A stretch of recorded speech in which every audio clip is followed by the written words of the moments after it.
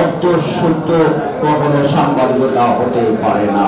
বিগত ফ্যাসিবাদী সরকারের সময় আমরা দেখেছি সাংবাদিকদের একটা বিশাল অংশ সরকারের কাছে অসহায় আত্মসমর্পণ করেছিল।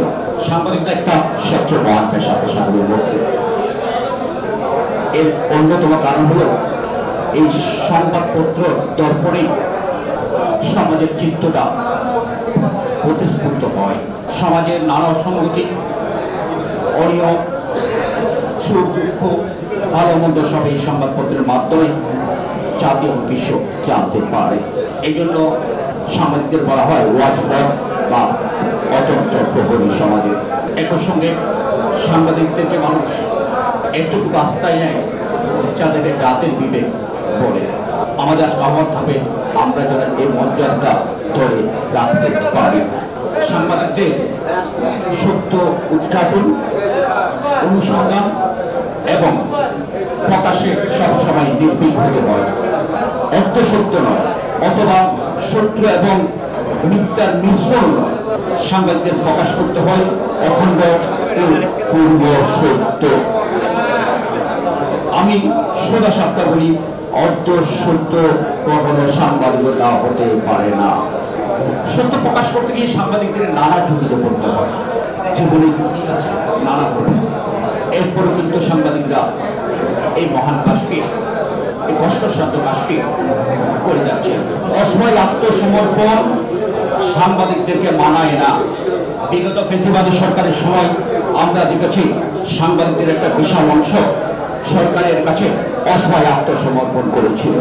তারা গুরুত্বপূর্ণ সব নিউজগুলোকে, অন্যায়, অত্যাচার, নির্যাতন, গুম খুনের নিউজগুলোকে তারা সেন্সর করে দিয়েছিল, নিজ থেকে অফ করে দিয়েছিল। যার কারণে আমরা আয়না করে নিউজ বাংলাদেশের টেলিভিশনে আমরা দেখি, বিদেশে আমরা দেখেছি গুম খুনের কোনো কথা, শেখ হাসিনার দুর্নীতির খবর, সেনাপদের দুর্নীতির খবর আমরা বাংলাদেশে পাইনি, আমরা পেয়েছি বিদেশে। এটা হলো কেবলমাত্র আমাদের অসহায় আত্মসমর্পণের কারণে অথবা দলদাসগিরির কারণে সাংবাদিকদের। বন্ধুরা আমার, মনে রাখবেন সত্য প্রকাশের বাধা বিপদের সম্মুখীন হলো। দেখবেন সমাজের মানুষ যদি আপনি সত্যের পথে থাকেন, বস্তু সাংবাদিকের আপনার পাশে এসে সমাজের মানুষ দাঁড়ায়। আমরা এই জিনিসটা মনে রাখবো। একটা জিনিস, এখানে প্রায় সবাই সাংবাদিক, একটা জিনিস আপনারা মনে রাখবেন, সাংবাদিকতা হচ্ছে সবচেয়ে জীবন্ত এবং আধুনিক পেশা, বুদ্ধিভিত্তিক পেশা। সাংবাদিকতা কখনই মূর্খজনের পেশা নয়, এটা হচ্ছে বুদ্ধিভিত্তিক একটা পেশা, এটা মূর্খজনের পেশা নয়। পেশা হিসাবে সাংবাদিকতা বুদ্ধিদীপ্ত মানুষের পেশা। এই জিনিসটা আমাদের মাথায় রাখতে হবে। আজকে আমাদের মধ্যে যে পারেন একটা মোবাইল হাতে যে সব সাংবাদিক হয়ে গেছেন, 5টা লাইন শুদ্ধ করে লিখতে পারেন সাংবাদিক হয়ে গেছেন। এটা সাংবাদিকতাদের মর্যাদাকে ম্লান করে দিচ্ছে। এই জায়গাটা আমাদেরকে খেয়ালে রাখতে হবে। মোবাইল হাতে থাকলে কিছু একটা বলতে পারলে, অনলাইনে কিছু একটা বলে ফেসবুকে সাংবাদিক নয়।